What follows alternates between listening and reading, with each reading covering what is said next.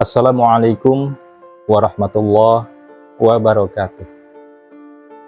Alhamdulillah, alhamdulillahilladzi bi ni'matihi tatimmus sholihat. Allahumma sholli ala sayyidina Muhammad wa ala ali sayyidina Muhammad. Saudaraku rahimakumullah dimanapun Anda berada. Pada kali ini saya akan mengangkat kisah, yaitu tentang istiqomah di jalan Allah Subhanahu wa Ta'ala. Dikisahkan ada satu pemuda yang berada di kampung hendak menunaikan ibadah sholat subuh. Ia bangun sebelum azan subuh dikumandangkan. Lalu ia mandi, ia bersihkan badannya, ia memakai pakaian yang rapi, ia memakai wangi-wangian. Lantas ia pergi berangkat menuju ke masjid. Karena di desa, jalanan pun gelap. Apalagi sebelum subuh tersebut, baru saja turun hujan. Sehingga ia melangkahkan kaki menuju ke masjid. Lantas di tengah perjalanan, ternyata ia terjatuh. Bajunya pun kotor. Lantas ia pulang ke rumah kembali lagi untuk mengganti pakaiannya yang kotor tadi, sehingga ia berganti dengan pakaian yang baru. Ia berniat untuk berangkat ke masjid karena fadilah sholat subuh itu sangat luar biasa. Lantas ia pergi kembali ke masjid. Di tengah perjalanan kembali, ternyata ia terpeleset dan terjatuh lagi. Kembali pakaiannya pun kotor, sehingga ia untuk kedua kalinya pulang lagi mengganti pakaian yang baru, dan ia berniat untuk berangkat ke masjid kembali. Lalu tidak begitu jauh dari rumahnya, ia melihat dari kejauhan ada sebuah lampu. Ternyata ada kakek-kakek tua yang menyapanya.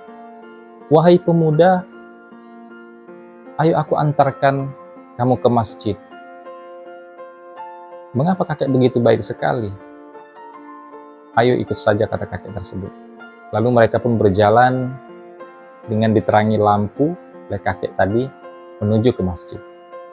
Sesampai di halaman masjid, maka pemuda itu pun mengajak kakek tersebut, "Ayo kek, kita sholat subuh berjamaah." Kakek tersebut menolak ajakan pemuda tersebut. Lalu pemuda tersebut kembali bertanya, "Ayo kek, kita sholat." Kakek tersebut tetap menolak. Sehingga pemuda tersebut mengajak kakek itu dengan kuatnya, "Ayo kek, pokoknya kita harus sholat subuh. Ayo kita sholat. Ini fadilahnya luar biasa, besar fadilahnya."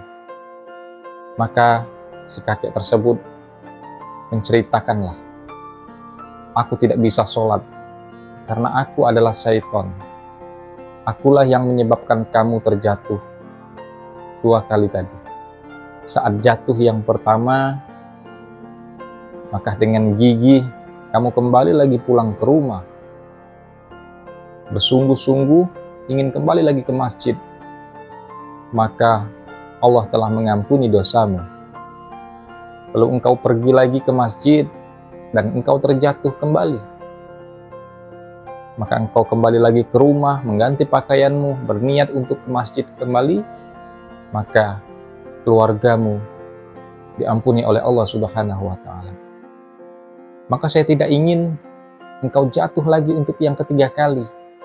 Karena kalau engkau jatuh yang ketiga kali, maka seluruh kampung ini dosa-dosanya akan diampuni oleh Allah. Saya tidak ingin itu terjadi. Makanya saya antarkan kamu sampai ke masjid." Subhanallah. Dari kisah di atas, begitu banyak hikmah yang dapat kita ambil. Yang pertama yaitu selalu berbuat baik, karena setiap godaan itu pasti ada. Setan itu tidak akan senang melihat hambanya melakukan amal soleh. Apalagi berkenaan dengan sholat subuh ini, begitu besar faedahnya. Sholat sunnahnya saja, sholat sunnah qobliyah subuh, itu bagaikan kita mendapatkan dunia dan seisinya. Allahu Akbar, luar biasa. Pelajaran yang kedua, yaitu kita dituntut untuk selalu bersabar dalam menghadapi segala cobaan.